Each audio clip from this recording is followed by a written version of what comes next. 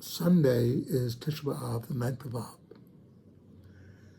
the day of mourning for the Jewish people over the destruction of both temples, and many other things throughout Jewish history happen to occur on Tisha B'Av.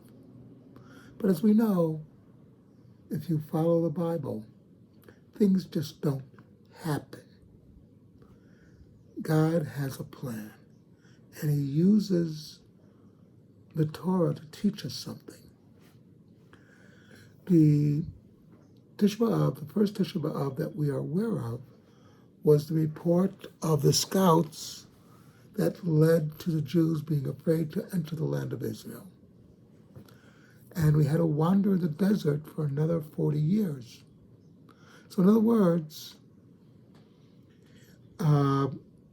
it shows that Tisha B'Av, the 9th of Av, is the anniversary of disunion and fear and a lack of leadership.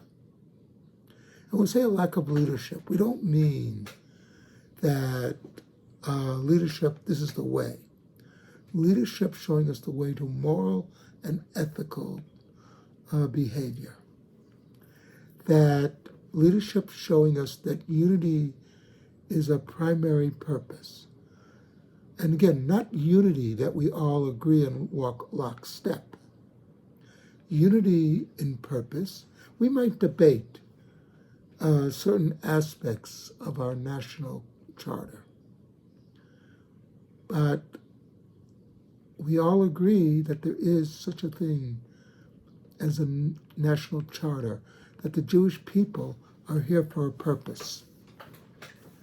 So it is a very interesting telling that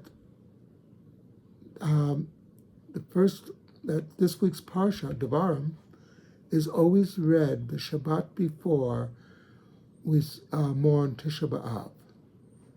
Because this Parsha is Moses going through the disasters that happened in the wilderness because of the lack of faith of the Jewish people.